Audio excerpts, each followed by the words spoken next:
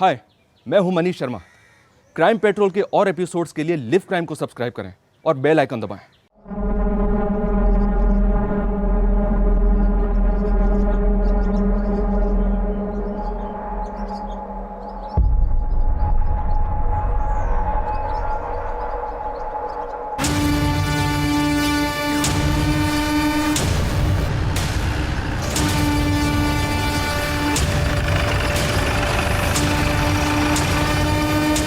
लाश तो पायल चौधरी की ही है। बड़ी बेरहमी से कत्ल किया गया। सर बॉडी के दोनों हिस्सों पर रेप या सेक्सुअल असॉल्ट जैसा कोई निशान नहीं। सर के पीछे जो घाव है उससे ये लग रहा है कि पत्थर या किसी भारी चीज से वार किया था। और पहले भी कई बार हमें डेड बॉडीज टुकड़ों में मिली, लेकिन इस बार पता नहीं क्यों अजीब लग रहा है।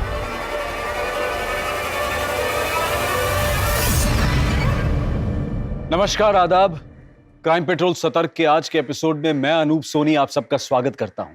पुलिस को एक महिला की 2 भागों में लाश मिली थी, लेकिन अक्सर ऐसे केसेस में जो देखने को नहीं मिलता वो ये कि मरने वाले की पहचान सही सलामत हो। लेकिन तमाम सबूत मिटाने के बाद, जैसे कि विक्टिम का सामान, उसका मोबाइल फोन, मर्डर वेपन, कुछ भी क्राइम सीन पर नहीं मिला। लेकिन विक्टिम की पहचान छोड़ दी गई थी। जिसका कत्ल हुआ वो एक मशहूर डांसर पायल चौधरी थी। आखिर पायल को इतनी बेरहमी और इतनी दरिंदगी से किसने और क्यों मारा, इस सच को जानने की कोशिश में ये केस ऐसा घूमा कि पुलिस के लिए इसे सॉल्व करना एक बहुत बड़ा चैलेंज बन चुका था। पर सबसे पहला और अहम सवाल ये था कि एक डांसर के अलावा पायल चौधरी कौन थी और उसकी कहानी क्या थी।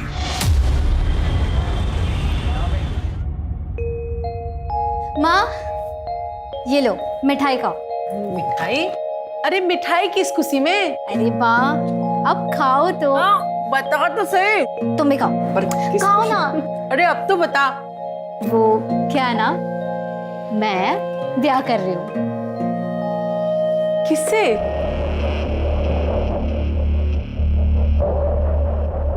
राजन शर्मा नाम है उसका। आप नहीं मिली हो माँ उससे? कुछ महीनों पहले मैं डांस इवेंट में मिली थी उससे। छोरी बुरा ना माने तो एक बात कहूं, भले घर का लड़का थारे जैसी नाचने गाने वाली के साथ ब्याह क्यों करेगा? और यो बता, तू ब्याह करके जो घर छोड़ के चली जाएगी, हाँ? तो यो घर कौन संभालेगा? आप लोग ना जानते हो उसे।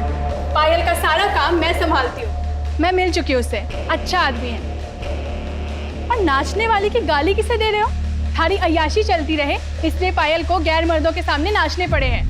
थोड़ी शर्म करो, शर्म। यो काम चोरी छोड़ो और कोई काम करो। छोरी, होश की दवा कर, घनी थानेदार नहीं हो रही है। और यो बताओ, तुम दोनों जो ब्याह का फैसला कर लिया तुमने, छोरे के घर वाले से बात की, ब्याह की, राजी हैं वो लोग? वो क्या ना, परिवार के नाम पे सिर्फ माँ है उसकी, लेकिन वो मना रहा है माँ को। पुराने ख्यालों की है तो थोड़ी दिक्कत हो रही है। थोड़ी दिक्कत ना है यो घनी दिक्कत वाली बात है। कभी ना मानेगी उसकी माँ कुछ भी।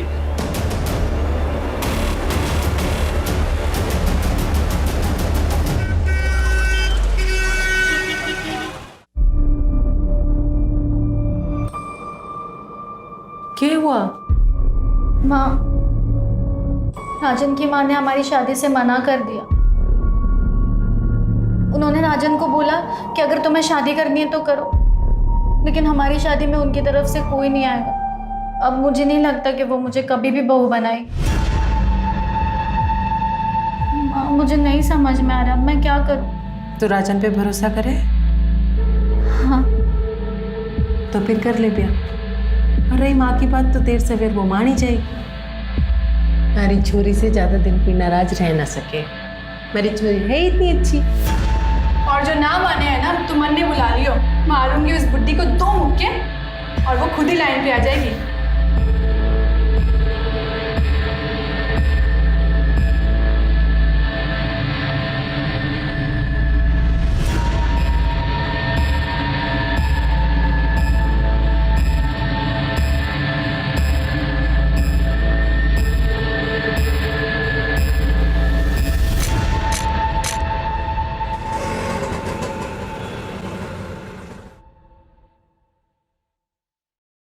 अरे आना।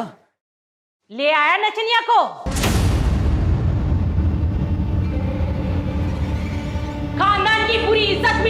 दी तूने। आज अगर तेरे बापू होते ना तो पहले इससे गोली मारते, फिर तुझे भी मार देते। अंदर तो आंदे, दरवाजे पे ही शुरू हो गई। हाँ, यहाँ तक तो आई है, अंदर भी आई जाएगी वो।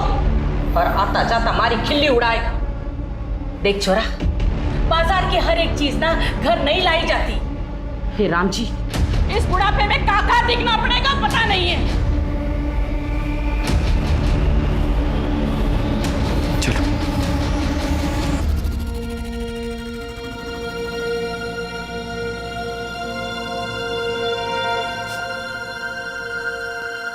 क्या होया? मेरी वजह से आपको कितना कुछ सुनना पड़ा। माँ भी आपसे नाराज हो गई ना। तो क्या हुआ? शादी हुई है हमारी, अब तो जिंदगी भर साथ में रहना है, एक दूसरे का सुख दुख बांटना है।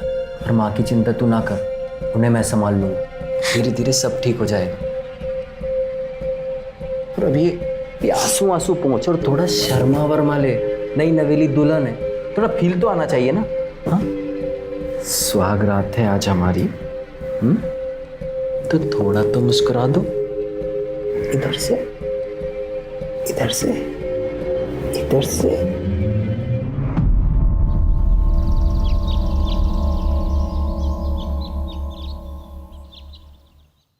ये लीजिए आपका वॉलेट।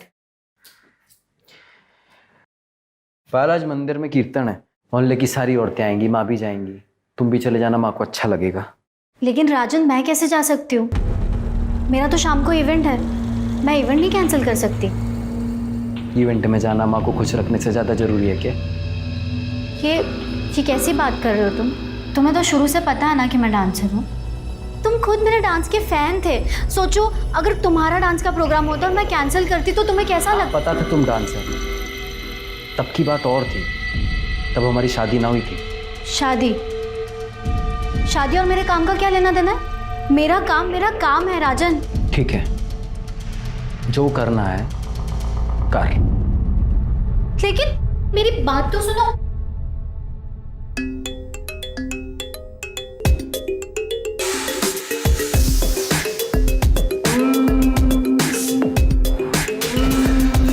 चल निकल यहाँ से। अच्छा तो ठीक है ना? हाँ दीदी।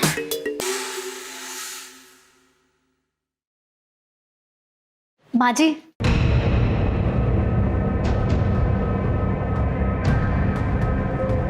मैं ना आपके लिए मन से तोहफा लाई हूँ, आपको बहुत अच्छा लगेगा। मनने नहीं चाहिए, जो लेता होगा ना उसे जाकर दे।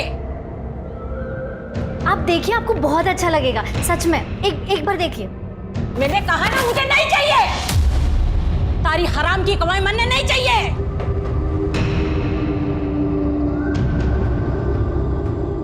मैं क्या बोल रही हूँ, आप बात कीजिए ना माँ जी से, प्लीज। सही कह रही है माँ, तू हमें कोई गिफ्ट देना ही चाहती है तो ये डांस वांस छोड़ के अपना घर संभाल। ये क्या बोल रहे हैं आप? मैं घर तो संभाल ही रही हूँ ना। और रही बात काम की, तो मैंने आपको पहले ही बोल दिया था कि मैं शादी के बाद नहीं छोड़ सकती हूँ काम के नाम का तो बाड़ा है। बात ये है कि थारे को ये घटिया आदमियों को अपने पीछे ला टपकाता देख के मैं मजा आवे, उनकी गंदी असली बातें सुनना पसंद है थारे को। खुशी होती है तारे को कि इतने सारे लोग थारे पीछे पागल हो रखे हैं, समझ में नहीं आता कि मन में।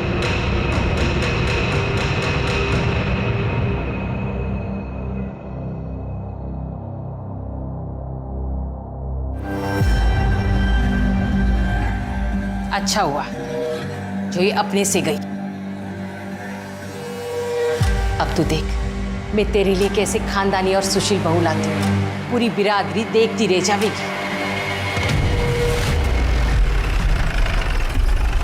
हाथ पैर देख के तो यही लग रहा है ये किसी औरत के हैं।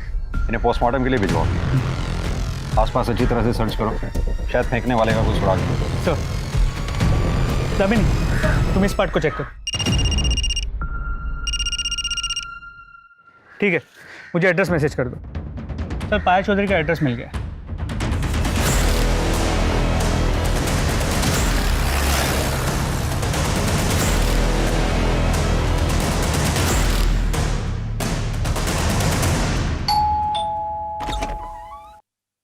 साहब, हमारी अलका का कुछ पता चला? बताया कहाँ थी वो 2 दिन से? क्या अलका लापता है? हाँ साहब, 7 तारीख की दोपहर को गाड़ी लेके निकली थी, बता के भी ना गई कहाँ जा रही है। उसके पीछे मैं मंदिर चली गई, 2 घंटे बाद आई तो मनीष ट्यूशन से आ गया था, पर अलका ना आई थी। तो हमने घड़ी देर तक उसकी राह देखी, उसको फोन भी किया पर उसका फोन स्विच ऑफ आ रहा था। जब सवेरे तक ना आई तो घबराहट के मारे जनकपुरी थाने में जाके उसकी गुमशुदगी की रिपोर्ट लिखवाई। सब हम तो कल रात में गए थे ये पता करने कि वो उसका कुछ पता चला, पर उसकी कोई खबर ना थी। साहब, अलका ठीक तो है ना? आप कौन? यो मारो भाई से, बच्चों का मामा। देखिए, हमें एक औरत की लाश मिली, एक्चुअली बहुत काकी नहीं, ये ना हो सके। वो अलका नहीं है माँ। दीदी, ऐसा ना हो सके।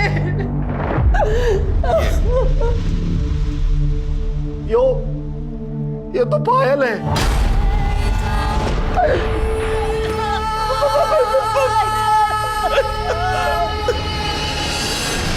पायल की लाश यहाँ सहारनपुर में मिली। साहब ऐसा कैसे हो सकता है?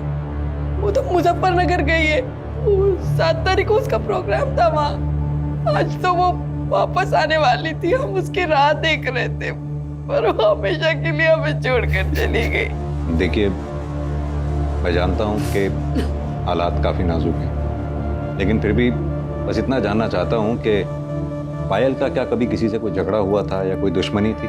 सब दुश्मनी क्या होगी ऐसी नेक चोरी की, पर आजकल शाम के साथ घने झगड़े होते थे उसके। श्याम कौन? श्याम तिवारी, पायल का पति। दोनों ने मंदिर में ब्याह किया था। श्याम ने पायल से पैसों के लिए ब्याह किया था। पायल को बेवकूफ बनाकर उससे पैसे लेकर कैश में एक दुकान खरीदी थी। पायल उससे इतना प्यार करती थी, पर बाद में पता चला कि श्याम पहले से ही शादीशुदा है। रुड़की में उसके बीवी बच्चे रहते हैं। बाद में उसने रजिस्ट्रार ऑफिस में जाकर पता किया तो पता चला कि उसने दुकान तो खरीदी थी, पर अपने नाम पे। इस बात पे उन दोनों में घना झगड़ा हुआ। अलका को भी ये बात पता है। उसने भी तिवारी को खूब खरी खोटी सुनाई थी। पायल को मालूम था कि अलका गायब है? नहीं साहब, हमने फोन किया था पर उसका फोन बंद आ रहा था, और अलका की टेंशन में फिर हम उसे फोन करना ही भूल गए। आपके पति आपकी बच्चियों से बहुत नफरत करते हैं, क्या आपको लगता है कि वो ये काम? साहब, वो वैसे ही बड़ा गिरा हुआ इंसान है, कुछ कह नहीं सकती कि वो इतना भी गिर सकता है। अनीश, तुम कुछ कहना चाहोगे जिससे हमारी मदद हो सके? मैं तो बस इतना ही कहना चाहूंगा कि पायल और अलका दी सिर्फ मेरी बहन ही नहीं, भाई बाप सब थी। ठीक है, अभी हम चलते हैं। अलका के बारे में जैसे कोई खबर मिलेगी आप लोगों को इन्फॉर्म कर दें। मिश्रा, ये जनकपुरी पुलिस स्टेशन से अलका के केस की फाइल मंगवाओ। अब ये केस हम ही देखेंगे। पता करो 7 मार्च को पायल सहारनपुर में क्या कर रही थी, वो मुजफ्फरनगर गई भी थी या नहीं।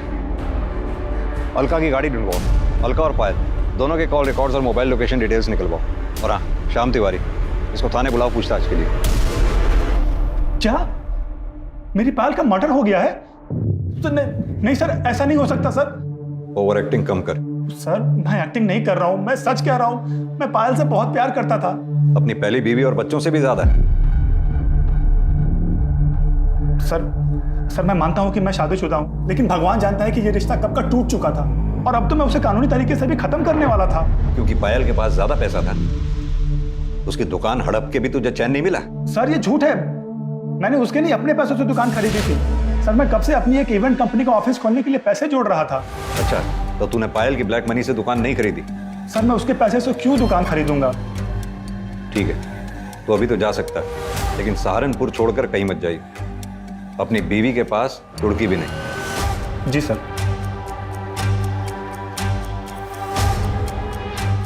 मिश्रा, पता करो ये श्याम तिवारी ने जो कहानी सुनाई है इसमें कितनी सच्चाई है। इसके call record, mobile location detail सब निकलवाओ।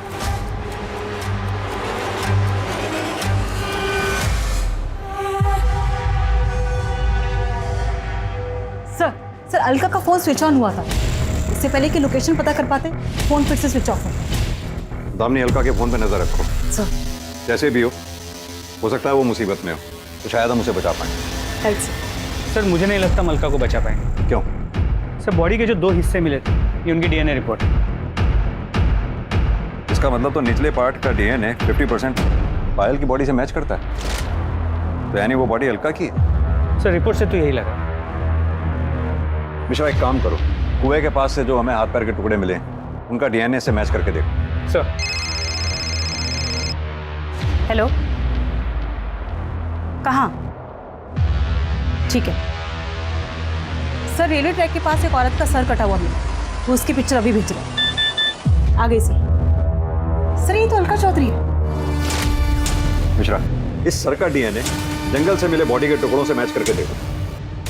जिसने भी ये काम किया बहुत ही शातिर खिलाड़ी है, बड़ी बेरहमी से मारा है।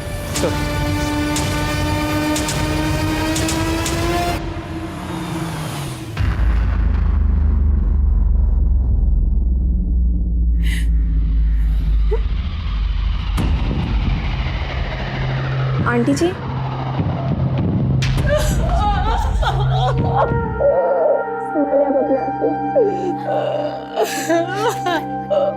आंटी जी, मुझे तो अभी भी यकीन नहीं हो रहा है कि पायल दीदी और अलका दीदी के साथ इतना सब कुछ हो गया। कितनी बुरी मौत मारा उन दोनों को।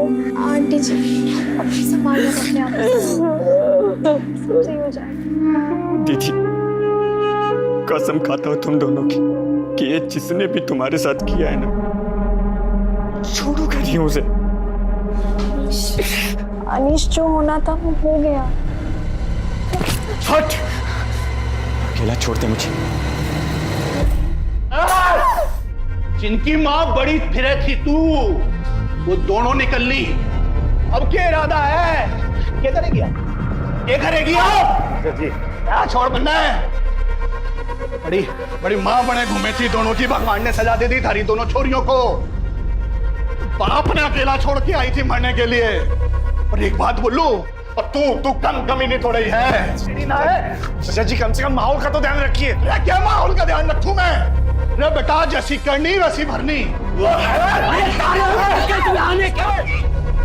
यो संस्कार है बेटे के, यो सिखाया है, यो सभ्यता दी है। सारी सभ्यता अरे तू बाप ना है, बाप के नाम पे शराब है शराब। अरे थारे बचपन में पूरा परिवार बर्बाद हो गया। यो तू ध्यान रख, कीड़े पड़ेंगे कीड़े, सड़ के मरेगी। पानी देने वाला नसीब नहीं होगा। निकलो तुम लोग। सर, पायल के मर्डर केस में कुछ अपडेट्स मिली हैं। सर 7 मार्च को मुजफ्फरनगर शहर में माहौल खराब होने के कारण धारा 144 लगाई गई, इसलिए पायल का इवेंट कैंसिल हो गया और इवेंट ऑर्गेनाइजर्स ने पायल को एक प्राइवेट कैब से अपने घर सहारनपुर भेज दिया। उस कैब ड्राइवर से बात हुई? जी सर, उससे बात हुई। उसने कहा कि वो पायल को घर तक ड्रॉप तो करने वाला था, मगर सहारनपुर एंटर करने से पहले ही उसकी कैब खराब हो गई। क्या हुआ भैया? मैडम शायद गाड़ी खराब हो गई। एक काम कीजिए, आप मुझे यहीं छोड़ दीजिए, मैं बस या ऑटो से चले जाऊंगी। ये लीजिए। वो लोग ना पहचाने, इसलिए उसने अपने चेहरे को दुपट्टे से ढका, आंखों पे चश्मा लगा के वो वहाँ से चली गई। और हाँ सर, कैब ड्राइवर ने ये भी कहा कि उसका फ़ोन स्विच ऑफ था क्योंकि वो चार्ज करना भूल गई थी। कैब ड्राइवर को ये कैसे मालूम कि पायल के फ़ोन की बैटरी डाउन थी? क्योंकि सर पायल ने ड्राइवर को पूछा था कि उसके पास फ़ोन का चार्जर है। उस जगह के आसपास कोई सीसीटीवी है क्या? तो जहाँ गाड़ी खराब हुई वहाँ कोई सीसीटीवी कैमरा नहीं मिला, और वहाँ से कुछ ही दूरी पे एक छोटे से गांव का बस स्टॉप, वहाँ भी कोई सीसीटीवी कैमरा नहीं, ना ही कोई दुकान। उसने वहाँ से बस लिया नहीं, ये पता नहीं चल पाया। सर कल से ये फोटो बहुत वायरल हो रही है। किसकी फोटो है? सर फिलहाल तो पता नहीं, पर जल्दी पता चल जाएगा। सर पायल और अलका का फ़ोन डिटेल्स भी आ गई। मोबाइल लोकेशन के अकॉर्डिंगली 7 मार्च शाम को 6 बजे अलका का जो लोकेशन है वो सर घर से कुछ किलोमीटर दूर का दिखा रहा है, जहाँ पे दोनों की डेड बॉडीज मिली। सर अलका के फ़ोन की लास्ट लोकेशन क्राइम स्पॉट के पास दिखा रहा है, जबकि पायल का फ़ोन शाम को 4 बजे सहारनपुर के बॉर्डर के पास स्विच ऑफ हो गया। इसका मतलब कैब ड्राइवर सच कह रहा था, अलका का फ़ोन स्विच ऑन हुआ? नहीं सर। यानी कि अब तक हमें यह पता है कि पायल 7 मार्च को सहारनपुर बॉर्डर के पास तक पहुंची। उसके बाद वो आगे कहाँ गई, उसके साथ क्या हुआ, ये हमें पता करना है। साथ में ये भी पता करना है कि जो फोटो में आदमी दिख रहा है ये कौन है। हो सकता है पायल की माँ सुधा इस आदमी को जानती है। Right sir.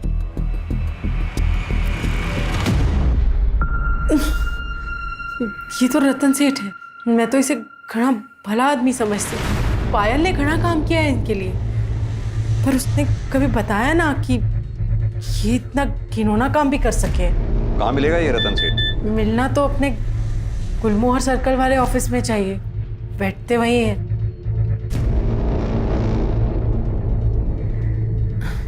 गर्लफ्रेंड से बात करें। गर्लफ्रेंड भी है तुम्हारी? जी। जूही, बचपन से ही घना प्यार करें एक दूसरे को। सेठ घनश्याम ठाकुर जी ने कहा है कि जैसे ही सही समय आएगा दोनों का ब्याह कर देंगे। ठीक है।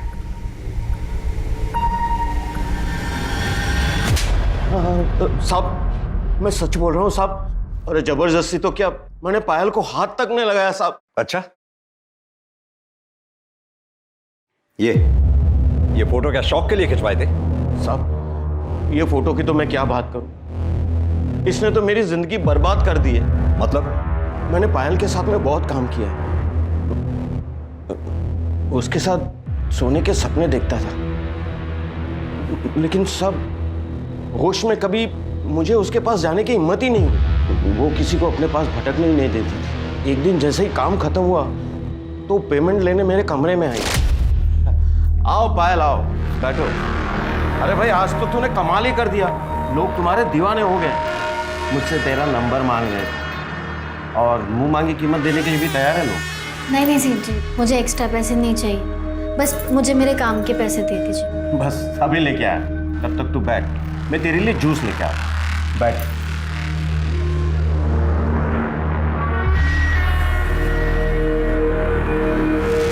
जब मुझे होश आया तो मैं बिना कपड़ों के अपने बेड पे पड़ा था। पायल आसपास कहीं नजर नहीं आ रही थी, तो मैं डर गया कि कहीं वो किसी को बता तो नहीं देगी, पुलिस में तो नहीं चली जाएगी। साहब फिर मैंने अपना फोन देखा तो देखा कि उसमें ये फोटो भी थी और एक मैसेज भी था कि 2 लाख रुपया दे दो वरना ये फोटो पुलिस के पास चली जाएगी। किसने भेजा था वो मैसेज और फोटो? साहब अलका ने, उसी ने मेरे सर पे मारा था जिसके वजह से मैं बेहोश हो गया था। अब तक 15 लाख रुपया ले चुकी है सर इस फोटो के ऊपर। अब और पैसे ना देने पड़े इसलिए अलका को मार दिया।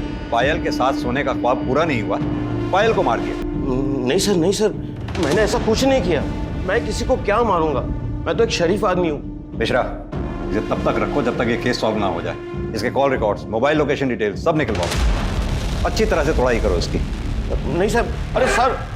डीएनए रिपोर्ट से यह साबित हो गया कि कुएं में मिला पैर पायल का था और रेलवे पटरी के पास मिला सर अलका के शरीर के हिस्से थे। पुलिस के पास इस केस से जुड़ी कई जानकारियां थी, लेकिन फिर भी यह केस अनसुलझा था। और तभी अलका का फोन स्विच ऑन हुआ और पुलिस उस तक पहुंचने में कामयाब हुई जिसके पास अलका का फोन था। ये एक 15-16 साल का लड़का था जिसे अलका का फोन उस खेत से कुछ ही दूरी पर मिला था जहां दोनों बहनों की लाश मिली थी। इसी ने पायल और रतन की फोटो को अपने दोस्तों को भेजा था और फिर उन दोस्तों ने इस फोटो को आगे भेजकर वायरल किया। अलका के फोन की स्कैनिंग के बाद यह साफ हो गया कि रतन सच बोल रहा है, लेकिन तब भी इससे यह साबित नहीं होता कि रतन ने अलका और पायल का कत्ल नहीं किया था, बल्कि शक अब और गहरा हो चुका। लेकिन यह साफ था कि दोनों बहनों का कत्ल एक ही समय एक ही जगह पर किया गया था, लेकिन उनके शरीर के हिस्से पुलिस को कंफ्यूज करने के लिए अलग अलग जगह फेंक दिए गए थे। 2 जवान लड़कियों का कत्ल करके उनके शरीर के टुकड़े करना इतना आसान काम नहीं था। लेकिन सवाल यह था कि ये किया किसने था? श्याम, रतन या फिर कोई और था इन दिल दहला देने वाली दर्दनाक हत्याओं के पीछे? सर, अलका की कार सहारनपुर के बाहर हरियाणा बॉर्डर के पास मिली, जहां उसे स्क्रैप करने के लिए छुपाया गया था। मतलब जिसका भी एक काम है, काफी शातिर है, नहीं चाहता था कि गाड़ी हमें मिले, गाड़ी फॉरेंसिक के लिए भेजो। जी सर। रतन सेठ के स्टेटमेंट को क्रॉस वेरीफाई किया? जी सर। जैसे उसने बयान दिया था 6 से 8 मार्च के बीच वो दिल्ली में कॉन्फ्रेंस के लिए गया हुआ था। उस दौरान उसकी मोबाइल की लोकेशन भी दिल्ली की है और कॉन्फ्रेंस में आए कुछ लोगों को मैंने ट्रैक किया, उनसे बात की, उन्होंने कंफर्म किया कि उस दौरान रतन कॉन्फ्रेंस में ही था। हो सकता है उसने ये काम सुपारी देकर करवाया हो। सर पॉसिबल तो है, लेकिन उसके कॉल रिकॉर्ड से ऐसी कोई बात सामने नहीं आई। सर शाम की बैंक डिटेल्स आ गई। सर उससे तो ये पता चला है कि दुकान खरीदने से पहले उसने बैंक से काफ़ी भारी रकम उधार ली थी। सर इससे तो ये लग रहा है कि वो सच बोल रहा है। सर इसके अलावा और कोई इन्फॉर्मेशन नहीं मिली। मिश्रा, पायल के बाप बसी सर, इसके बारे में पता किया? मर्डर के वक्त वो कहाँ था? जी सर, 7 मार्च को शाम से ही वो एक देसी ठेके में बैठे उधार की दारू पी रहा था। वहाँ काम करने वाले कुछ लोगों से मैंने बात की, वो वही था। और हाँ सर, पायल के पहले पति राजन के बारे में पता किया। राजन का और उसकी माँ का पायल और अलका से मार्केट में झगड़ा हुआ था, जिस दौरान अलका ने राजन की माँ का सर फोड़ दिया और राजन ने उन्हें धमकी दी थी कि वो उन्हें देख लेगा। और राजन की मोबाइल की लोकेशन उस शाम उसी एरिया की है जहाँ हमें दोनों बॉडीज मिली थी। हो सकता है इस कांड को अंजाम राजन ने ही दिया हो। सर जी, मैंने किसी को नहीं मारा, उल्टा पायल और अलका झगड़े को इस लेवल तक ले गई थी, वरना मैं तो उनके मुंह तक ना लगता। क्या हुआ? कितना टाइम लगेगा दीदी? अरे 2 मिनट रुको, पता नहीं क्या हो गया। पाउडर लिपस्टिक पोत कर चली नचनिया, पता नहीं आज किसका घर बर्बाद। क्या बोली तू? हाँ, हमारी बहन का घर तोड़ दिया। कुछ तो शर्म कर बुढ़िया, भगवान को क्या मुंह दिखाएगी? देखो भगवान की बातें कौन कर रहा है। औकात मेरे वरना क्या? टूट जाए हमारी घर और गृहस्थी, अब मुझे कोई डर नहीं है। और क्यों सुनो मैं तुम्हारी और तुम्हारी माँ की बकवास? हमारी घर गृहस्थी हमारी माँ की वजह से ना टूटी है। थारे को ये घर गृहस्थी से ज्यादा अपना नाच गाना पसंद था। अच्छा, तो ये बात नहीं थी तेरे लिए? तुझे पता नहीं था कि ये क्या काम करती है? तब मारे छोरे ने ये सोचा था कि ये कीचड़ मारे घर में आकर पवित्र हो जाएगी। इसे एक आदमी से थोड़ी ना पेट भरता है। अच्छा नहीं किया तूने, छोड़ूंगा नहीं तेरे को, जान से मार दूंगा दोनों को। जा। इसके बाद मैं सीधा अपनी माँ को लेकर डॉक्टर के पास गया। 3 टांके आए थे माँ को। और तभी तूने तय कर लिया पायल और अलका को मारने का? देखिए सर जी, मैं मानता हूँ कि मैं उस एरिया में था, पर मैं वहाँ अपने फैमिली डॉक्टर से अपनी माँ की दवाइयाँ लेने गया था। आप चाहो तो पता कर लो। वो तो हम पता कर ही लेंगे। अभी तो तू जा सकता है, लेकिन सहारनपुर छोड़कर कहीं मत जाइए। सर, फोरेंसिक टीम ने बताया कि गाड़ी में कोई फिंगरप्रिंट्स नहीं मिले और जो भी खून के ट्रेसेस मिले वो दोनों बहन अलका और पायल के ही। यानी कि पायल और अलका का मर्डर हो सकता है कि गाड़ी में ही हुआ हो सकता है फिंगरप्रिंट्स जानबूझ के मिटाए गए। किसका काम हो सकता है? सर, ये शाम के phone record. Sir, call records के मुताबिक मर्डर के 2 दिन पहले इस शाम ने एक सुपारी के साथ गफूर को कांटेक्ट किया। पर सर, ये लोकेशन डिटेल्स के मुताबिक जिस दिन दोनों बहनों का मर्डर हुआ, शाम का फोन रुड़की से सहारनपुर के बाहर आके रुका और फिर वहाँ से पायल के घर की तरफ मूव हुई और फिर पायल के घर से वापस रुड़की की तरफ गया, मगर अलग रास्ते से। मिश्रा, ये पायल की गाड़ी भी तो सहारनपुर बॉर्डर के आसपास ही खराब हुई थी। जी sir. Sir sir sir sir मत मारो सर सर सर सर बता रहा sir sir sir sir sir sir plan तो ये था कि जब 9 मार्च को पायल मुजफ्फरनगर से सहारनपुर आएगी ना, तभी उसका काम तमाम कर दूंगा और उसी दिन अलका को भी मार दूंगा। लेकिन सर अचानक से पता चला कि पायल का इवेंट ही कैंसिल हो गया। मैंने बहुत देर तक हाईवे पे उसका इंतजार किया, फिर देखा कि अचानक से उसकी गाड़ी खराब हो गई और वो पैदल जाने लगी। वहां बस स्टॉप पर और लोग भी थे, इसलिए मैंने गफूर को वेट करने को कहा। फिर अचानक पायल का दुपट्टा सरक गया और लोगों ने उसे पहचान लिया और लोग भी वहां पर आ गए। सबने उसे घेर लिया। क्या करें अब? फिर एक लड़का मोटरसाइकिल पर आया और पायल उसके साथ चली गई।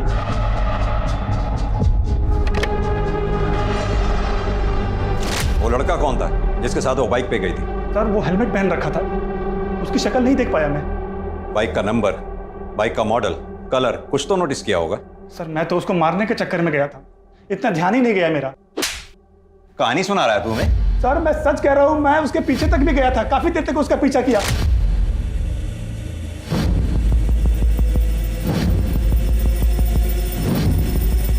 गफूर, छोड़ इसको, बाद में देखते हैं। निकल नहीं गया, तूने उनका पीछा किया, सुनसान जगह देखकर दोनों को गाड़ी से उतारा, उनको मारा और फिर लाश को ठिकाने लगा दिया। नहीं नहीं सर, ये झूठ है। ये झूठ है? चल अब ये बता, दुकान किसके पैसे की खरीदी थी? बोल। हाँ सर, ये सच है कि वो दुकान पायल के पैसे से थी। सर, मैं क्या करता, फ्री की दुकान थी, 15,000 किराया आ रहा था, तो मैंने सोचा कि पायल का ही काम तमाम कर देता हूँ। लेकिन सर, हम ऐसा कर नहीं पाए। मिश्रा, पता करो ये शाम की बात में कितनी सच्चाई है। और हाँ, जब तक हम कातिल तक नहीं पहुंच जाते, इसे यहीं बिठा के रखो और इसके साथ ही गफूर को उठा ला। सर, अगर ये शाम निर्दोष है तो फिर डबल मर्डर्स किसने किया?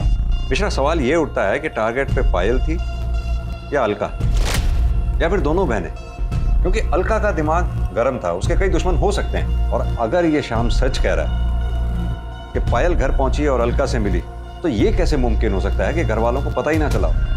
कहीं ऐसा तो नहीं पायल अलका से घर के बाहर मिली, बाहर से ही दोनों कहीं चले गए और फिर मार दिए गए, या फिर इस कांड में घर का ही कोई आदमी शामिल?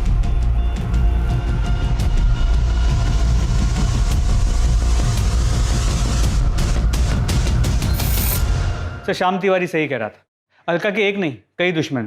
पायल जहां भी परफॉर्म करती थी लोग उसे छेड़ते थे। वो ये नहीं देखती थी कि वो कौन है, कोई नेता है, नेता का भाई है या पैसे वाला आदमी, वो किसी से भी नहीं डरती थी। यानी कि कामचोर बाप ने अपनी अय्याशी के लिए अपनी दोनों बच्चियों का जीवन ही बर्बाद कर दिया। पता करो ये पायल के चाहने वालों की लिस्ट में क्या कोई ऐसा है जो इतने सालों तक अपनी खुंदक पाल के बैठा हो? सर। दामिनी सर। राजन की स्टेटमेंट को क्रॉस वेरीफाई किया? Yes sir. सर वो सच बोल।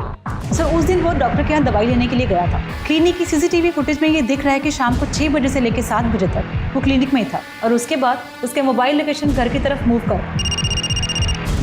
सर एक सेकंड। हेलो, कहाँ पर? ठीक है सर। खंडर के पास एक औरत का कटा हुआ हाथ और पैर में, जो काफी बुरी हालत है।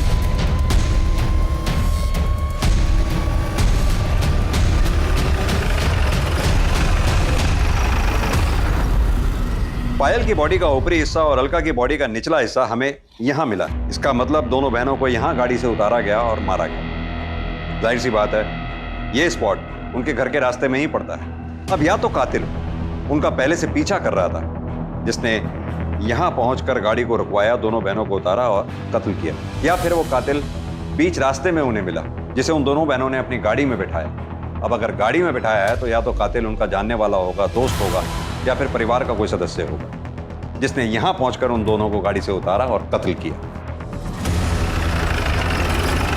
सर उस तरफ।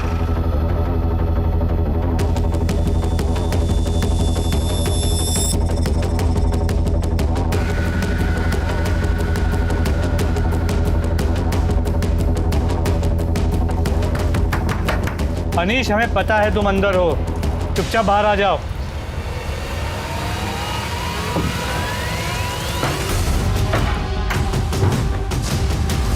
अंदर चेक करो।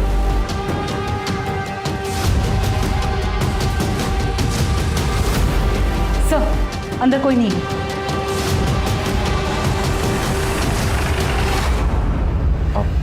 जवाहर नगर में गया था, पर हुआ क्या? क्यों गए? अब पढ़ाई करने गया था मैं, वो मेरा वहाँ दोस्त रहता है ना, तो आता जाता। तो एक बात बता, जब तू वहाँ से निकला हमें दिखाई क्यों नहीं दिया? मतलब तूने मुझे बताया क्यों नहीं? तू वहाँ गया था? नहीं माँ, मैं तो आपको बताने ही वाला था, पर आप सोई हुई थी तो इसलिए मैं। दोस्त का नाम क्या है? रवि चौरसिया।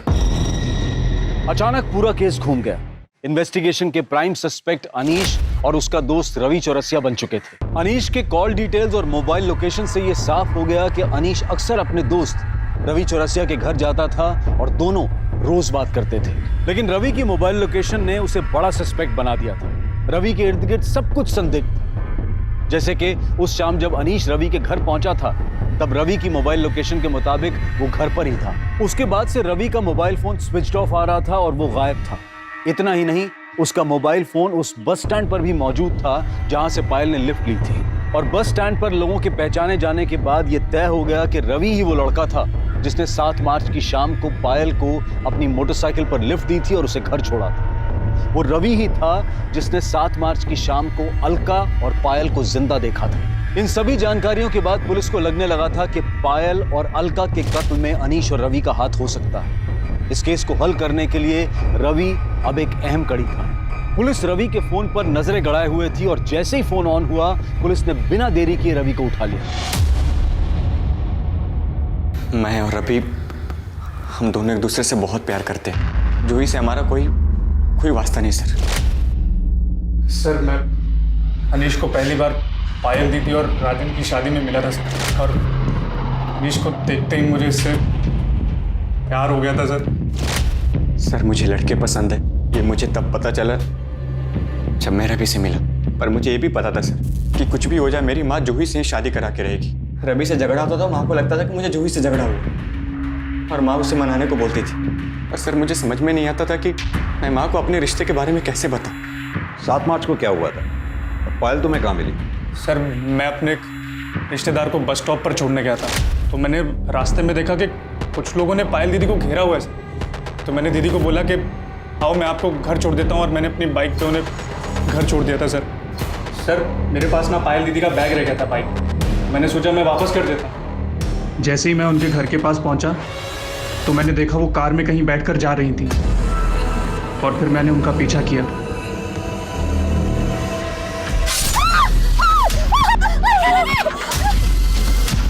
ये देखकर मैं बहुत डर गया था सर।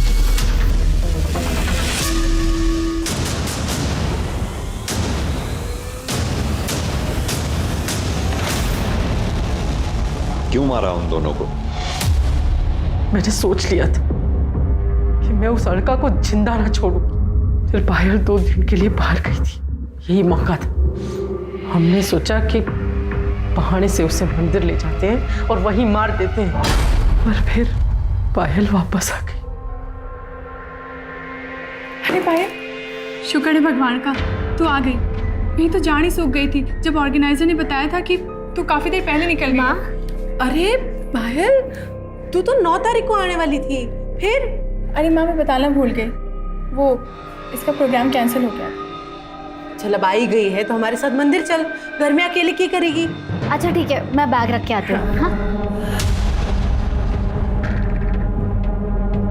तो मैंने और भाई ने तय किया कि हम उन दोनों को मार देते हैं। पता नहीं फिर ऐसा मौका मिले ना मिले। जब गाड़ी सुनसान जगह पर पहुंची तो मैंने बहाना बनाया, मैं बस 2 मिनट। हाँ माँ।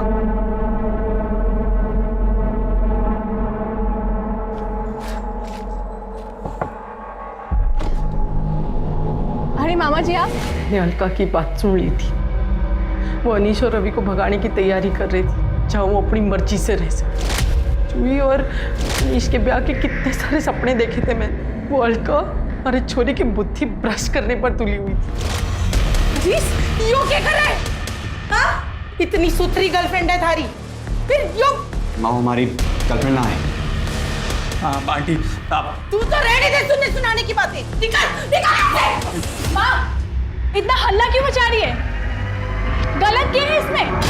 अनीश अगर इसमें खुश है तो इसे खुश रहने दे। तू इसकी तरफदारी कर रही है? अच्छा अब समझी। थारे को ये सब पहले से मालूम था।